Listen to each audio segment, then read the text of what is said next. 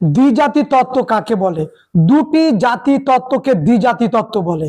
যেমন ভারতবর্ষের হিন্দু তাদের একটা জাতি তত্ত্ব আছে, মুসলিম তাদের একটা জাতি তত্ত্ব আছে।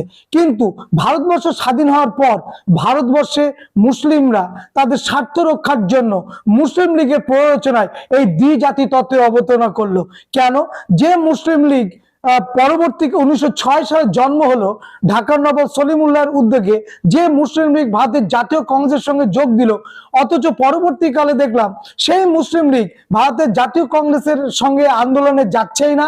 অন্তর্বর্তী সরকার গঠন করা হলো, সেখানেও তারা কিছুদিন থাকার পর বেরিয়ে আসলো এবং তারপরে তারা বিভিন্ন মুসলিম লীগ দ্বারা বিভিন্ন তারা আন্দোলন কর্মসূচি গ্রহণ করছে নিজেদের মতো করে। ভারতবর্ষ স্বাধীন হওয়ার পর তারা কোথায় যাবে? প্রশ্নটা সামনে দেখা দিল।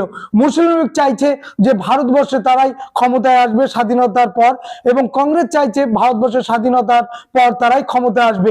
কে হবে প্রধানমন্ত্রী, জওহরলাল নেহরু না মোহাম্মদ আলী জিন্নাহ? আমরা দেখব যে পাকিস্তান সৃষ্টি হওয়ার আগে অনেকগুলো পরিকল্পনা হবে, রাজাজি সূত্র, ওয়াভেল পরিকল্পনা, মাউন্টব্যাটেন পরিকল্পনা। কোনো পরিকল্পনাই ফলপ্রসূ হলো না। কিন্তু শেষে যখন আমাদের সাম্প্রদায়িক দাঙ্গা দেখা দিল 1946 সাল থেকে 1947 সালের পরেও দাঙ্গাটা তখনও স্তীমিত হয়ে যায়নি, নিভে যায়নি, তার আগুন তখনও সারা ভারতবর্ষ জুড়ে চলছে, পূর্ববঙ্গ থেকে শুরু করে পশ্চিম পাকিস্তান পর্যন্ত। তখন তড়িঘড়ি করে দ্বিজাতি তত্ত্ব সামনে রেখে ভারতবর্ষ স্বাধীন হলো। সিন্ধু, বালুচিস্তান, উত্তর পশ্চিম সীমান্ত, পূর্ব পাকিস্তান, পশ্চিম পাকিস্তান, এইগুলো নিয়ে তৈরি হলো আলাদা পাকিস্তান রাষ্ট্র, এবং এর প্রধান হলেন মোহাম্মদ আলী জিন্নাহ, লিয়াকত হোসেন, এদের মতো লোকেরা। আর ভারতবর্ষ স্বাধীনতা পেল, জওহরলাল নেহরু হলেন প্রথম প্রধানমন্ত্রী। আমরা এই 3 নম্বরের যে প্রশ্নগুলো এবছর 2024-এর 4th সেমিস্টারের 12-এর যেগুলো খুব গুরুত্বপূর্ণ, আজকের ভিডিও এনেছি তোমাদের কাছে সেই গুরুত্বপূর্ণ প্রশ্নগুলোকে নিয়ে। যে প্রশ্নগুলো না করলেই নয়, যে প্রশ্নগুলো করতেই হবে, যে প্রশ্নগুলোর জন্য যদি দিনে 4 ঘন্টা খাটতে হয় তবুও খাটতে হবে, যে প্রশ্নগুলোর জন্য যদি দিনে 6 ঘন্টা খাটতে হয় তবুও খাটতে হবে। কারণ এখনো অনেক সময় আছে, মাধ্যমিকের পরে তোমাদের উচ্চ মাধ্যমিক, সেটা আমি জানি, কিন্তু এখনো যা সময় আছে এই গুটি কতক প্রশ্ন তোমাদের করতে হবে যেগুলো 3 নম্বরের জন্য গুরুত্বপূর্ণ। আজকের প্রথমটাই রেখেছি দ্বিজাতি তত্ত্ব, এখানে লেখা আছে। নেক্সট হচ্ছে সিমলা দ্বৈত কি? সিমলা দত্ত মুসলিম লীগ, আমরা দেখবো আগা খান নেতৃত্বে ডেপুটেশন দিতে যাবে কার কাছে? লর্ড মিন্টোর কাছে। এবং তাদের নিজস্ব যে দাবি দেওয়া, সেই দাবি দেওয়া নিয়ে মুসলিম লীগ সিমলাতে দেখা করবেন লর্ড মিন্টোর সঙ্গে এবং তাদের দাবি দেওয়া উত্থাপন করবেন। সেই সিমলা দত্ত রেখেছি দ্বিতীয় নম্বরে। সিমলা দৈত্য কি? প্রথমে হচ্ছে দ্বিজাতি তত্ত্ব কি? লখনৌ চুক্তি কাকে বলে? 1916 সালে লখনৌ চুক্তি হয়েছিল। কাদের মধ্যে হয়েছিল, কেন হয়েছিল, চুক্তির শর্তগুলো লিখলেই উত্তর কমপ্লিট। নেক্সট প্রশ্ন রেখেছি মুসলিম লীগের লাহোর প্রস্তাব। 1940 সালে মুসলিম লীগ লাহোর প্রস্তাব জানাবে, কারণ ভারতবর্ষে মুসলিম লীগ তাদের আধিপত্য বজায় রাখতে চায়। সেই মুসলিম লীগের লাহোর প্রস্তাব 1940 সালে, এটাও আমরা রেখেছি। নেক্সট জাতীয় কংগ্রেসের উৎপত্তি সম্পর্কে সেফটি বাল্ব তত্ত্ব, এটা রেখেছি আমরা 5 নম্বরে। জাতীয় কংগ্রেস মানে মহাসভা, এই মহাসভা প্রতিষ্ঠার পেছনে আমরা দেখলাম দুজনের তত্ত্ব। এক বলছেন যে ব্রিটিশ অবসরপ্রাপ্ত সিভিলিয়ান অ্যালান অক্টাভিয়ান হিম, তিনি জাতীয় কংগ্রেস প্রতিষ্ঠা করছেন এই উদ্দেশ্যকে সামনে রেখে, যেখানে বলা হয়েছে যে এই ভারতবর্ষে ব্রিটিশদের সমস্ত ঝড় ঝাপটা যে প্রতিষ্ঠান ঠেকাবে এবং যে প্রতিষ্ঠান মারফত এই সমস্যার সমাধান হবে তার নাম হচ্ছে জাতীয় কংগ্রেস। তিনি নাকি জাতীয় কংগ্রেস প্রতিষ্ঠা করেছিলেন।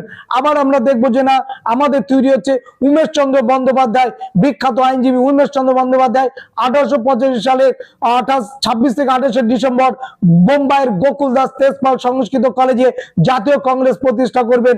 এই দুটো নিয়ে দ্বিমত দেখা দেয় যে 1905 সালে আমরা দেখব যে জাতীয় কংগ্রেস অ্যালান অক্টাভিয়ান হিম তৈরি করছেন, কি তার উদ্দেশ্য। আর ওইদিকে উমেশ চন্দ্র বন্দ্যোপাধ্যায়ের নেতৃত্বে আরেকটি জাতীয় কংগ্রেস। দুটো জাতীয় কংগ্রেস তৈরির পেছনে যে তত্ত্বটা আছে, দুটো তত্ত্বের মধ্যে আমরা যাব না, আমরা শুধু একটা তত্ত্বের মধ্যে যাব, যে সেফটি বাল্ব অর্থাৎ নিরাপত্তা বাতি হিসাবে জাতীয় কংগ্রেস প্রতিষ্ঠার পেছনে হিউমের ভূমিকা কি, তিনি ডাফরিনের সঙ্গে কি কথা বললেন, তিনি ডাফরিনের সঙ্গে কি চুক্তি করলেন, এবং ডাফরিনও হিউমকে কি চোখে দেখতেন, এবং হিউম কি চেয়েছিলেন জাতীয় কংগ্রেস প্রতিষ্ঠা হলে, যে ভারতবর্ষে ব্রিটিশ শাসন নিরাপদ থাকবে না ব্রিটিশ শাসন অকালে ঝরে যাবে। এই সমস্ত প্রশ্ন নিয়ে মূল বক্তব্য সমস্ত গুলোর ভিডিও কিন্তু আমার চ্যানেলে দেওয়া আছে, দয়া করে দেখে নিও যদি ভালো লাগে। দেখো নেক্সট লিখেছি নরমপন্থী ও চরমপন্থীদের পার্থক্য। বঙ্গভঙ্গ 1905 সালে হয়, সেই বঙ্গভঙ্গকে কেন্দ্র করে আমরা দেখবো 1960 সালে সুরাট অধিবেশনে বঙ্গভঙ্গ কোন পদ্ধতিতে হবে, নরমপন্থীরা বলছে নরমপন্থী পদ্ধতিতে বঙ্গভঙ্গের বিরুদ্ধাচরণ করব, কংগ্রেস চরমপন্থী যারা তারা বলছে না সশস্ত্র আন্দোলনের মধ্য দিয়ে আমরা বঙ্গভঙ্গের তীব্র বিরোধিতা জানাবো। এই নিয়েই দ্বন্দ্ব নরমপন্থীদের মধ্যে দাদাভাই নৌরোজি, উমেশচন্দ্র বন্দ্যোপাধ্যায়, গোপাল কৃষ্ণ গোখলে, আনন্দ চাল্লু এদের মতো লোকেরা রয়েছে। আর চরমপন্থীদের মধ্যে দেখছি আমরা বাল গঙ্গাধর তিলক, লালা লাজপত রায়, বিপিন চন্দ্র পাল, অরবিন্দ ঘোষ এদের মতো নেতৃত্বদের দেখছি। কেউ নিজের দেশের প্রতি অকুণ্ঠ আস্থা রেখে, নিজেদের সংস্কৃতির উপরে আকুণ্ঠ আস্থা রেখে আন্দোলন পরিচালিত করতে চাইছে চরমপন্থীরা। আর নরমপন্থীরা বিদেশি অর্থাৎ ইংরেজ শাসনকে তারা শ্রেয় মনে করেছে, ভাগ্যবান বলে মনে করেছে। ইংরেজ শাসনকে তারা মনে করেছে যে একদম নিরাপদ এবং ইংরেজরা ভালো, তারা দিচ্ছে আমাদের সুশাসন। এই যে ভাবনাগুলো, সেই ভাবনাগুলোকেই পার্থক্য করে একটুখানি লিখে তুমি চলে আসবে, পাক্কা 3-এ 3 পাবে। এবং অবশ্যই নরমপন্থীদের সংজ্ঞাটা দেবে। কারা নরমপন্থী? 1885 সাল থেকে 1905 সাল পর্যন্ত জাতীয় কংগ্রেসের যারা বিভিন্ন দাবি দেওয়া, আবেদন নিবেদন নিয়মতান্ত্রিক পদ্ধতি করেছিল তাদের বলা হয় নরমপন্থী, যেমন দাদাভাই নৌরোজি, ফিরোজ শাহ মেহতা, গোপাল কৃষ্ণ গোখলে, আনন্দ চাল্লু। আর চরমপন্থী যা কাদের বলে? যারা সশস্ত্র বিপ্লবে আন্দোলনে জড়িত, যারা মনে করত যে ভারতবর্ষের বিপ্লব নিয়ে আসতে গেলে, ভারতবর্ষের স্বাধীনতা আনতে গেলে চরমপন্থা হচ্ছে একমাত্র পথ, যেখানে রক্ত ঝরতে পারে, বোমা বন্দুক পিস্তল নিয়ে আন্দোলন করতে হতে পারে। এই নীতিতে যারা বিশ্বাসী তারা চরমপন্থী। বাল গঙ্গাধর তিলক, অরবিন্দ ঘোষ, বিপিন চন্দ্র পাল, লালা লাজপত রায়ের মতো মহান লোকেরা। এই রকম ভাবেই আমরা এই উত্তরটা যদি লিখে আসি, এখানেও পাক্কা 3-এ 3, কাটবার কোনো জায়গা নেই। সুতরাং এটারও কিন্তু প্রশ্ন, এই প্রশ্নটা কিন্তু তোমরা দেখে যাবে। নেক্সট লিখেছি বঙ্গভঙ্গের প্রকৃত উদ্দেশ্য। দেখো বঙ্গভঙ্গের প্রকৃত উদ্দেশ্য, বঙ্গভঙ্গের প্রকৃত উদ্দেশ্য কি, লর্ড কার্জনের প্রকৃত উদ্দেশ্য কি, এবং তিনি কি বলতে চেয়েছেন যার জন্য বাংলাকে ভাগ করেছেন 1905 সালে 16 অক্টোবর। লর্ড কার্জন বলছেন এই বিশাল প্রদেশ একার পক্ষে শাসনভার করা সম্ভব নয়, একজন মাত্র গভর্নরের পক্ষে সম্ভব নয়, তাই আমরা বাংলাকে ভাগ করছি। দ্বিতীয় কথা কি বলছে, যে প্রশাসনিক কাজ সুবিধার জন্য আমরা বাংলাকে ভাগ করছি। তৃতীয় পয়েন্ট কি বলছে, যে কলকাতা কেন্দ্রিক সব উন্নয়ন হচ্ছে, তাই আমরা বাংলাকে ভাগ করছি। চতুর্থ পয়েন্ট কি বলছে, যে যা কিছু উন্নয়ন হচ্ছে কলকাতা কেন্দ্রিক, পূর্ববঙ্গ নয়। আর পূর্ববঙ্গের অনেক মালপত্র আনা নেওয়া, প্রশাসনিক কাজকর্ম করা অনেক অসুবিধা সৃষ্টি করছে, তাই আমরা বাংলাকে ভাগ করছি। এই ছিল প্রকৃত উদ্দেশ্য, ছিল লর্ড কার্জনের, এটাই তিনি দেখিয়েছেন। কিন্তু তা নয়, আমাদের জাতীয়তাবাদী ঐতিহাসিকরা তারা লর্ড কার্জনের এই বঙ্গভঙ্গ সিদ্ধান্তকে কিভাবে মেপেছেন, কিভাবে তাকে দাঁড়িপাল্লায় তুলে বিচার করেছেন, সেই যুক্তিগুলো তোমাকে দেখাতে হবে। নাম্বার 1, বাংলা আজ যা ভাবে, ভারতবর্ষ কাল তা ভাবে। Bengal think today, India think tomorrow. এই ভাবনাতে ভয় পেয়ে ব্রিটিশ সরকার এই বাংলার অখণ্ডতা, হিন্দু মুসলমানের ঐক্য বিনষ্ট করবার জন্য বাংলাকে ভাগ করেছেন। অর্থাৎ বাংলা থেকে সমস্ত আন্দোলনগুলো গড়ে উঠছিল, তাই বাংলা ছিল মূল কেন্দ্র। এই মূল কেন্দ্রকে যদি আঘাত করতে পারি, তাহলে স্প্রেড করবে না পাঞ্জাবে, স্প্রেড করবে না মহারাষ্ট্রে এবং সমগ্র ভারতবর্ষে। তাই বাংলাকে বিভাজন করো, বাঙালিকে বিভাজন করো, বাংলার ঐক্যকে বিভাজন করো, হিন্দু মুসলমানদের ডিভাইডেড করো, তাহলে জাতীয় আন্দোলন আর হবে না, ওদের পক্ষে নিরাপদ হবে এই ব্রিটিশ শাসন ব্যবস্থা চালাতে দীর্ঘদিন ধরে। তার জন্যই বাংলাকে ভাগ করেছিল। বঙ্গভঙ্গের এই উদ্দেশ্যগুলো আমরা এইভাবে সুন্দর করে লিখে আসবো।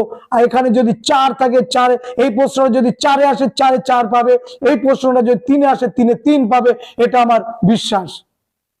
চলে এসো পরের প্রশ্ন যেটা রেখেছি, সেটা হচ্ছে জালিয়ানওয়ালাবাগের হত্যাকাণ্ড কিভাবে সংগঠিত হয়। কেন জালিয়ানওয়ালাবাগের হত্যাকাণ্ড ঘটবে, কারণ কি? রাওলাট আইনের প্রতিবাদ করেছিল।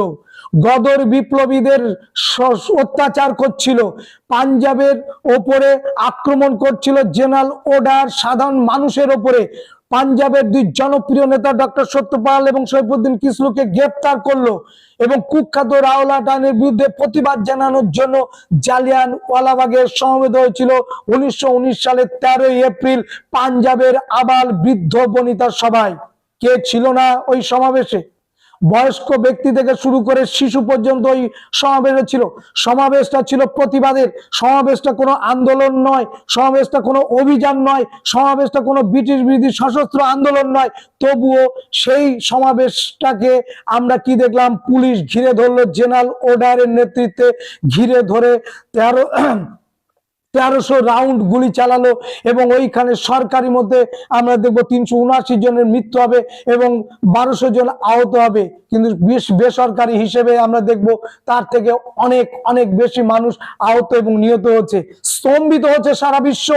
ব্রিটিশ প্রধানমন্ত্রী উইনস্টন চার্চিল তিনিও স্তম্ভিত হয়ে গেছেন এবং তিনি বলতে বাধ্য হয়েছেন যে ব্রিটিশ উপনিবেশ যতগুলো আছে পৃথিবীতে কোন উপনিবেশে এই রকম নারকীয়, এই রকম নৃশংস ঘটনা ঘটেনি যেটা ঘটেছে ভারতবর্ষের পাঞ্জাবের জালিয়ানওয়ালাবাগে।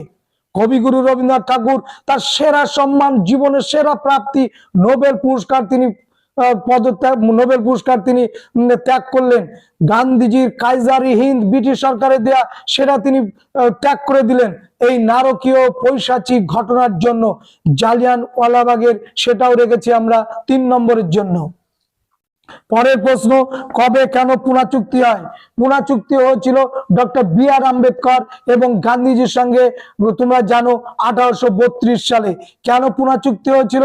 যে পুনা চুক্তি হয়েছিল এই কারণে যে হিন্দুদের সঙ্গে নিম্ন শ্রেণীর হিন্দুরা যৌথভাবে নির্বাচনে অংশগ্রহণ করবে এবং তাদের আসন সংখ্যা দ্বিগুণ করা হবে। এই ভিত্তিতে কিন্তু পুনা চুক্তি স্বাক্ষরিত হয়েছিল এবং সেটা করেছিলেন কে? বি.আর. আম্বেদকর, অনুন্নত সম্প্রদায়ের নেতা এবং মহাত্মা গান্ধী। পুনা চুক্তিটাও রেখেছি আমরা। এবার আসো ত্রিপুরী সংকট, এটা আমরা রেখেছি যে এখানে কংগ্রেসের দ্বিতীয়বারের জন্য সভাপতি হিসাবে যখন গান্ধীজির মনোনীত ব্যক্তি পট্টবী সীতারামায়াকে পরাজিত করবেন সুভাষচন্দ্র বসু, তখন গান্ধীজি বলবেন পট্টবী সীতারামায়ের হার মানে আমার হার। অর্থাৎ গান্ধীজি চাননি যে নেতাজি সুভাষচন্দ্র বসু আবার দ্বিতীয়বারের জন্য কংগ্রেসের সভাপতি হন। গান্ধীজি চেয়েছিলেন যে পট্টবী সীতারামায়া জিতুক, নেতাজি সুভাষচন্দ্র বসু সরে যাক। কিন্তু নেতাজি সুভাষচন্দ্র বসুর পেছনে যে তরুণ সমাজ ছিল এবং সাম্যবাদী দল ছিল, কমিউনিস্টদের সহযোগিতা ছিল, বাংলার নেতারা ছিল এবং দক্ষিণেও কিছু নেতারা ছিল, তাদের সহযোগিতা নিয়ে যখন বিপুল ভোটে পট্টবী সীতারামায়াকে হারিয়ে দিল, তখন গান্ধীজি তার মনের উক্তি আর মনের ভিতরে রাখতে পারেনি, তিনি প্রকাশ করে দিলেন পট্টবী সীতারামায়ের হার মানে আমার হার। সঙ্গে সঙ্গে নেতাজি সুভাষচন্দ্র বসু উক্তি করলেন যে আমি ভারতের প্রধানতম ব্যক্তির সমর্থন হারিয়েছি, সুতরাং ওই পদে থাকার আমার কোনো যোগ্যতা নেই। এটা যেমন বললেন, তেমনি আমরা দেখব পন্থ যে প্রস্তাব করেছিল যে সুভাষচন্দ্র বসু সভাপতি হয়েছে ঠিক আছে, কিন্তু সুভাষচন্দ্র বসুকে চলতে হবে মহাত্মা গান্ধীর কথা অনুযায়ী। সুভাষচন্দ্র বসু 1939 সালে তিনি পদত্যাগ করলেন এবং ওই বছরই তিনি গড়ে তুললেন নিজের দল ফরওয়ার্ড ব্লক। এই ত্রিপুরী সংকট আমরা দেখতে পাই এবং এর মধ্যে দিয়ে সুভাষচন্দ্র বসুর রাজনৈতিক জীবনে একটা অধ্যায়ের পরিসমাপ্তি হয়। পরবর্তী অধ্যায়টা অন্য পথে অন্যভাবে তিনি চালিত করলেন, এটা আমরা রেখেছি। নেক্সট হচ্ছে রশিদ আলী দিবস কবে কেন পালন করা হয়, এটা ভিডিও অবশ্যই দেওয়া আছে। এখানের অনেকগুলো ভিডিও এই চ্যানেলে দেওয়া আছে, যেগুলো দেওয়া নেই পরপর দেওয়া হবে, তোমরা একটুখানি লক্ষ্য রাখবে। নেক্সট হচ্ছে ক্যাবিনেট মিশন বা মন্ত্রী mission, sir Stafford Cripps, A V Alexander এবং জন লরেন্স এরা আসবে ভারতবর্ষে। সেটা নোটটা তোমাদের দেওয়া আছে, একটু দেখে নিও। ক্যাবিনেট মিশন, তারপর দেখো প্রত্যক্ষ সংগ্রাম, মুসলিম লীগের প্রত্যক্ষ সংগ্রাম, এটা অবশ্যই করবে। দি গ্রেট ক্যালকাটা কিলিং, এটাও রেখেছি 3 নম্বরের জন্য। তারপরে ভারতের স্বাধীনতা আইন কি, দ্বি জাতি তত্ত্ব কি, নেহরু মৌলানবিশ মডেল কি, অপারেশন সার্চলাইট কি, সিন্ধু জল চুক্তি 1960 টিকা লেখো। এই প্রশ্নগুলো অবশ্যই করবে। এখনো যথেষ্ট সময় আছে। প্রতিদিন যদি 2 থেকে 3টে করে এই টিকাগুলো দেখো, উত্তরগুলো একদম ছোট করে আছে। এই উত্তরগুলো যদি তৈরি করো, তুমি অনেক কনফিডেন্স পাবে এবং মনে করবে আমি সেরা প্রশ্নগুলো নিয়ে পরীক্ষা হলে যাচ্ছি। আজকের ভিডিও এই পর্যন্ত, দেখা হবে নেক্সট ভিডিওতে। সবাইকে ধন্যবাদ।